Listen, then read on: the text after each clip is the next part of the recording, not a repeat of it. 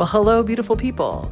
Thank you for tuning in to another episode of Dating and Bright, the podcast. We are not affiliated or endorsed by Brightline Eating, and all content presented in this podcast represents our personal opinions and does not represent medical, nutritional, or psychological professional advice. What are we talking about?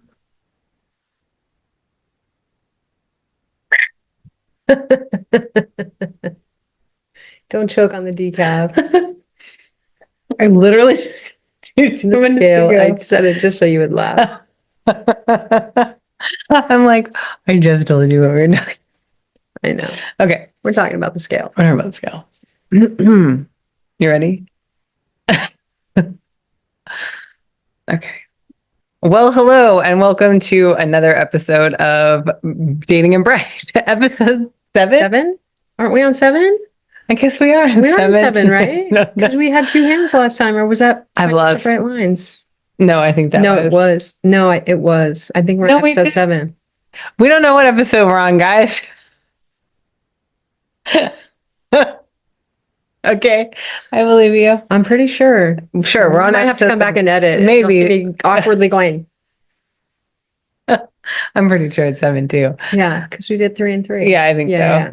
Okay.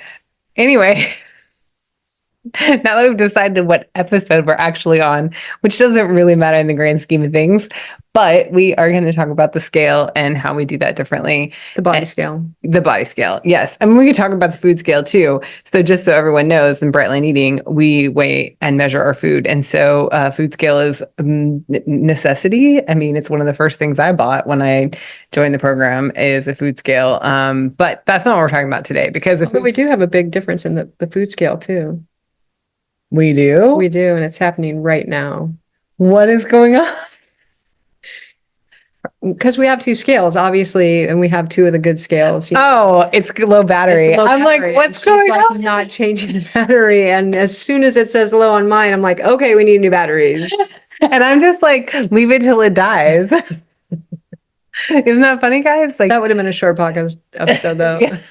That's the different way we do the food scale. No, how many food scales do we have? That's a funny question. Or I funny brought answer. 3 with me. Yeah. 4. I brought 4 with me. Wait, 1, 2, 3. 3. I brought 3 with me. Yep. And You I have 2. 3. You have 3? I do, because I have an old food, like an old one that I used to use in the Before the travel scale. Oxo? Uh-huh. Oh, okay. And then travel scale. Where? so. I haven't seen that one. It's I in the think. cabinet, I think, Is in the it? kitchen. I Please haven't do been that. in that cabinet. I don't. I think it's in weird. the back Have of I the been in cabinet. Oh yeah, I think you have it in every cabinet.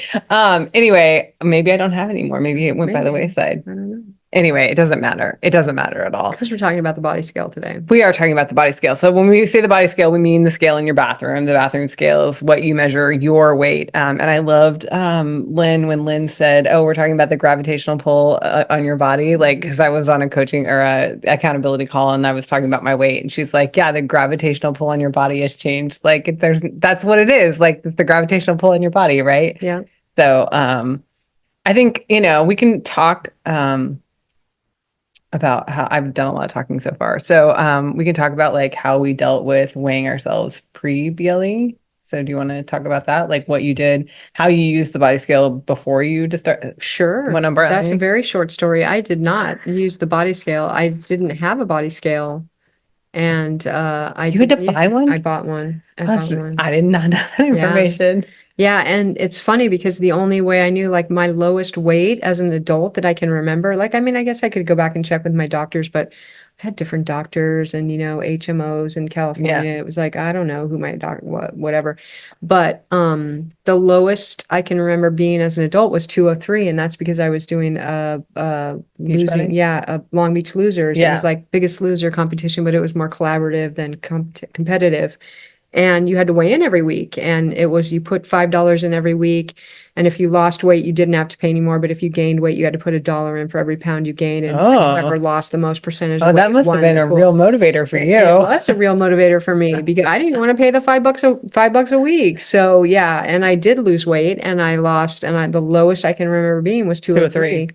And that's because I was weighing in on that. So that was one of the first things that I bought too for BLE as a body scale because You didn't have a body scale. I didn't have a body scale. Yeah. My mom So- had a body scale and it was one of those like analog ones. Oh, And she yeah. had that forever. And sometimes, if I was going to the The airport one where the and I dials needed spin. to weigh the Bag. suitcase, Yeah. I would use that. But no body scale for me. Yeah. I wasn't interested at all. And I Yeah. didn't care. I knew it was up. I knew it was high. But it was like when I would go to the doctor, it'd be like, oh, Yeah. so. Yeah, I would definitely stay off the body scale when I was not working on it. When I wasn't focused on losing weight. So when I was focused on losing weight, I'd obsessively be on the scale. I remember like sometimes like weighing like twice a day. Like it was pretty obsessive. One program I was doing, not only did the body scale, but they also did these body scans. So like you could see like your fat and like muscle ratios and all that kind of stuff. No. This was like a Oh, you had like to go you had somewhere to to go do it? someplace to do it. It was Oh. like a special thing that you Mhm. did. So that was when I was doing like macro counting and stuff like that. So I think for me, it's always been a love-hate, like on-off relationship because if I wasn't in a weight loss mode, I wasn't using the scale. And that's why I always say like I can tell you what my highest recorded weight is, but I don't think it's actually my highest weight because I was not on the scale when I was at my highest weight at all. I was avoiding it like the plague. So And what was your highest? well, my highest recorded weight is 326, but Okay. I think I was higher than that at one point. Like I look at pictures of when I was 326 and I see other pictures and I was like, yeah, I probably weighed at least 20 pounds more in that picture. So I'm thinking I was probably brushing up against 350, if not Okay. at 350. So, Interesting. but I was 308. So let's start talking about that. I was 308.4 when I started Bright Line Eating and I have always had a body scale in my bathroom, so that was not a problem. I knew exactly where it was and I knew exactly how to use it. So I started out and have continued to be a daily weigher. So I weigh myself every day. And I think at the beginning of this program, and I think a lot of people find this when you're coming from big numbers, especially, is the weight just falls Melts off. Yeah. I mean, like falls off. And I think it's just because your body is just like, I said, it's like you're finally giving your body what it wants, what it needs. So it's like, oh, I could release all this fat because I'm actually Thank getting you. the nutrition and the, and everything that I need to do the work I need to do. So it's not concerned about storing the fat anymore because it was so at least and I can only speak for me, but like I would know I was so nutrition deprived. Like I even ate a plethora of foods, but like I did not eat the vegetables in quantity that I eat right now. I did not, unless I was doing macro tracking, I wasn't like concerned about my protein or anything like that. So it's just really interesting that, especially at first, like the body scale is such a dopamine hit because you just see those numbers fall over and over. So I don't think I know the answer when you started the program, how often you weighed.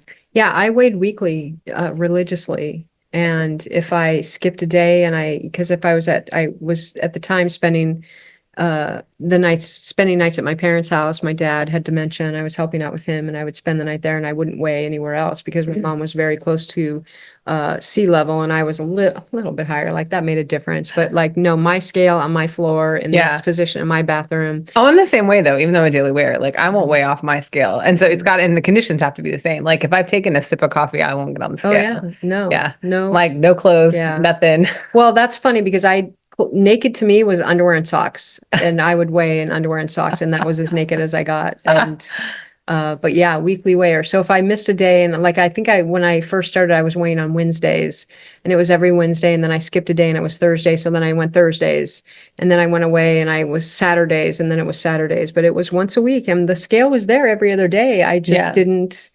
It was that one day that I woke up and it like you said, the weight just melted away. I started, my highest was 273, which I'm pretty sure was my highest. Yeah. A week before at the doctor's office, I weighed at 278.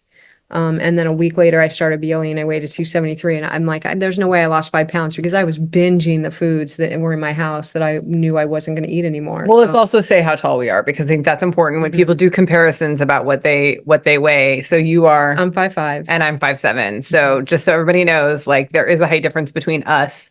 And if you're not 5'7" or 5'5", your, weight could be different. Right. Or it could be the same. I mean, it's just, yeah. And your body shape could be different, which Yeah, can make you absolutely. different weight, or you're a bigger bone structure or a smaller bone structure. There's all kinds of things, and weight and your gravitational pull on Earth is very different, Yeah. and it's really relative. You know, Yeah. if you go to the moon, you're going to weigh a sixth less. So We should all go to the moon. we should. No, can't breathe up there. It'd be hard. So yeah, I weighed weekly.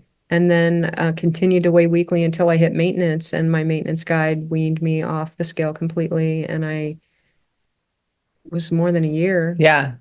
maybe a year and a half. Not that I weighing at didn't- all. Yeah, I didn't weigh at all through landing the plane, going through maintenance, and maintaining for about a year Yeah. before I weighed again. And that was because at the doctor's office I peaked and had, had creeped up 10 pounds. Well, and let's talk about that here in just a second. Let's talk about what you did during that year, though, to maintain and know that you were maintaining the same relative body weight. it was relative because I was still losing a little bit. After I gave up the body scale, I knew I did, but I had truth pants that were pants that fit completely very snugly, and I can't wear them anymore.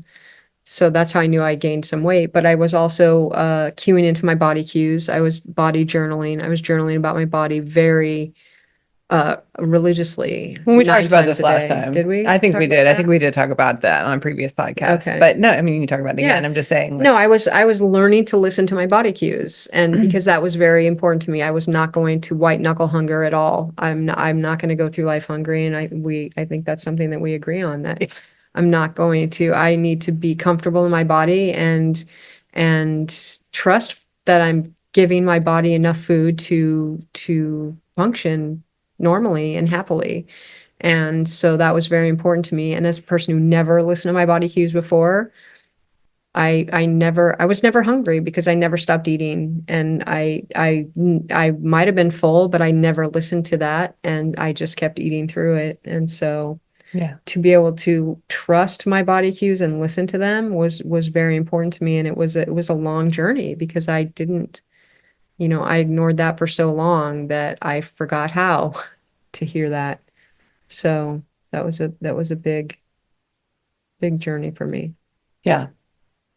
And okay, so let's talk about the doctor's office. And this was, after we met. After we met, But after prior- my trip, after my Oh yeah, second trip. so, let's talk about that. Like, you changed your food all around when you went, because you were using a lot of more shelf-stable foods and that sort of thing. You're eating a lot more nuts just because it was more I was convenient. eating a lot of nuts, 2 Yeah. ounces of nuts every morning, Yeah. to where before I would have no nuts. I mean, And the thing about nuts is there's nothing wrong with nuts as a protein. They just dense tend to, they're, calorically. yeah, they tend to be higher calorically. And that's why, if you're looking at, trying to maintain, and like, even like the protein to calorie ratio of nuts is not as good as other things. And we so consider them a protein, but there's not much protein. there's not as much protein as, like, say, an egg or even like Yogurt. yogurt, something Right. like that. So I think that's, these are the considerations that you can eat anything compliantly, that's not flour and sugar really in BLE. I mean, there's a few other things, but besides that, like anything, but just because you can eat anything doesn't mean that those are all sane choices for you. Right. And some people can't. Some people can't have nut butter in the house, Right. or nuts in the house, Right. or certain nuts in the house. Right. So Okay, so you went on your trip and you were eating differently. I Like, was eating differently. I was eating compliant. I was yeah, no, and there was nothing bad about what you were doing. No. You were doing what you needed to do for being on the road and needing to have things that didn't have to be refrigerated and right. all that kind of stuff. Right. So, okay. And I was still walking 10,000 steps. So I Plus. did stop doing yoga though. That's one thing that I haven't got back into. Oh my gosh, my cousin posted this. I missed yoga again today. 6 years in a row now. 6 years running. That was funny. That is Melissa, funny. thanks. So I got on the scale. I went to the doctor and I forgot to not peek because I would normally just not look. And I was up 10 pounds, I think even more. And when I'm at my doctor's, I'm always 5 pounds more because I'm wearing all my clothes. My phone is in my Shoes, pocket. yeah. I've eaten one, if not two meals, things, usually, yeah. all the things. So it's not the same. Shoes, like you said, everything. But I was like, whoa. And so then I got roped back into the scale again, and I started weighing, and now I'm weighing daily. So let's talk about that. So you had the scale put away at your house. I did. I know because we had to dig it out once for me when I was there. Yeah. I don't even know why I weighed at your house. I don't remember what was going on that we were like, oh, Yeah. But it was significant when I put it away because it was messing with my maintenance journey. And I knew I had to give it up because it didn't matter if the scale was going up or down. It messed with my peace during Right. maintenance. So I Right. put it away. I didn't give it away. no, yeah, you throw it still had away. it. Yeah. Yeah. But I took it out of the bathroom. Yeah. So then you brought it back out, after that doctor's visit because you knew at that point, like you wanted to start using it as a data point again. Mhm. Because I And was scared of gaining all my weight back. I didn't want to gain all my weight back. And that's a fear that I think a lot of people have. I'm not alone in that. I lost 140 pounds. Now I say 130 because of that 10 pounds. But I also think, and you're not the only person to mention that at my lowest weight, I think I was too low. So, I think you're beautiful. she did say that I looked too low. So, I did. yeah. But I mean, like I said, you're not the only person Well, and then to say that. let's also say this, that generally, and Susan talks about this, there's a vlog about it, I'm sure, or it's in one of the modules, I don't remember. But like when people lose weight, when you're losing weight at the rapidity that we lose weight on BLE, when you get down to the bottom, there is like a gauntness about you that will fill back out over Right. time. Like it's just the way, and somebody even said this the other day, that you Yeah, I was lose gonna say from the that. You top lose from the down. top down, you gain from the bottom up. Yeah. So like So- it is true that like you and it's funny because like you look, you notice like your collarbone sticking out, and then hip bone. and then your ribs stick out and then your hip bones, and it's all these things that, it's from the top down. But I think, there was probably some of that too, is that you had just been at the bottom and like just gotten to the bottom. Mhm. And those are the pictures that I saw, and I was Right. like, oh yeah, I definitely. And and I lost a lot of my weight when I was off work. And when I went back, everyone was like, "Oh my gosh, she's sick." And some people there still think that I'm sick. And that's why Oh. I gained weight. Yeah, I've been gone for 2 months, 3 Yeah. months, I don't know. Yeah. But yeah, they didn't. I'm like, no, I'm the healthiest I've ever been in my life. I'm sorry to disappoint you that I'm not, dying. Yeah. Sorry. Yeah. Not sorry. Yeah. So what would you say your relationship is now with the scale? My relationship with the scale now is, I would tick, it's complicated because I do weigh daily and I don't. Honestly, guys, I didn't know she was weighing daily. That's news to me. Really? No, I know that you had said you were weighing more often, and this is how much we try and stay out of each other's programs. Like I was just like, okay, like, I mean, this because and that's the other thing is my scale is there and out because I use it every day. So, and I know you had made mention of the fact that like, oh, the scale's there. And I was like, do I need to put it someplace else? Right. So she's shaking her head no for those that are listening and not watching. But yeah, I mean, it's not that I needed to change anything. It's just, it's different, right? It's like everything. It's like the food. It's like, it's just different now that we're together and we're doing this together. But I didn't know that you were daily weighing. Yeah, I am daily whaling. And it's even twice, like, because I get up and I pee often in the middle of the night, and like I'll get up in the morning and I'll pee and I'll weigh, and then I'll go back to bed because I get another hour of sleep or 2 hours or whatever, and then I'll get up again and be like, oh, okay, it's half a pound less, or whatever, 4/8 pounds. So yeah, I'm probably weighing twice a day. 4/8, isn't that a half? 4/10. Sorry.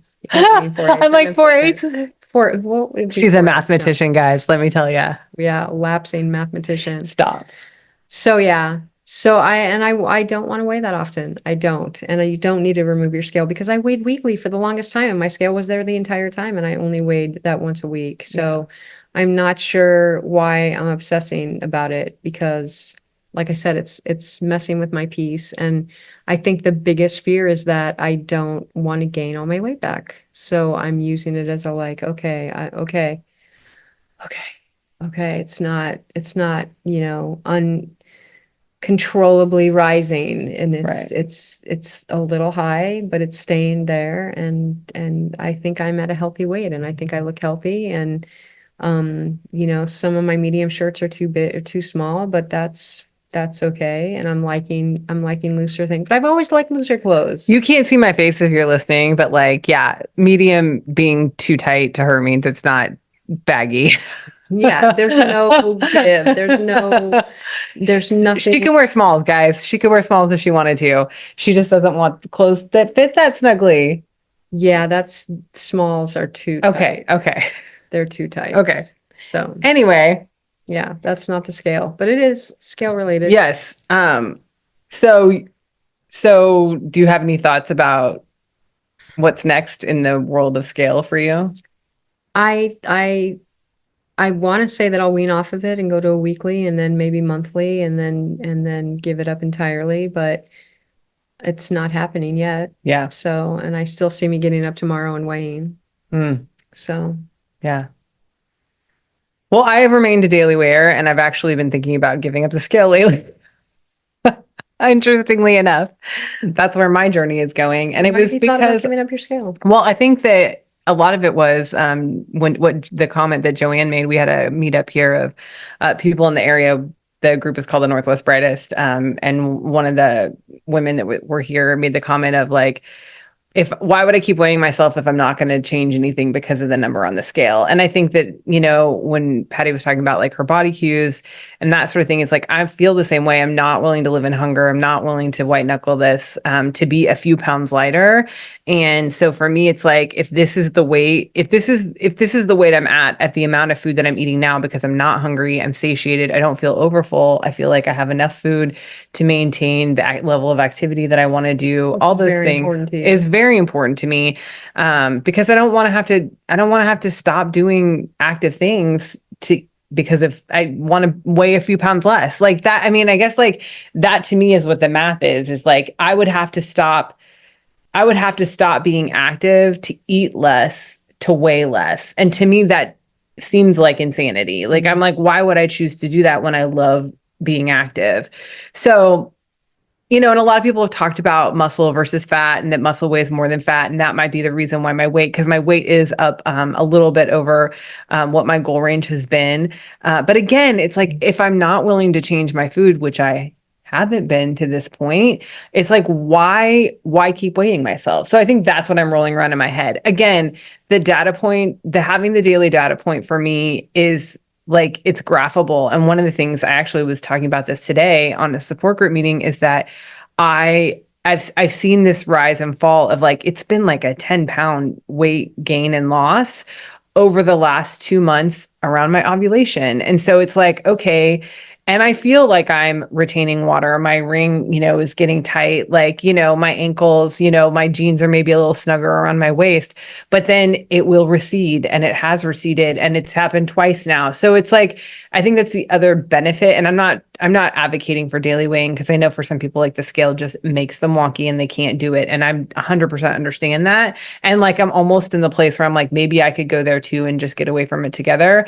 But then seeing these rises and falls and seeing that they're cyclical helps my mind calm down. Like you were saying, like if I know it's manageable and I know it's not, then I'm just creeping up and I'm going to forever be going up and up and up and I'm going to gain all my weight back.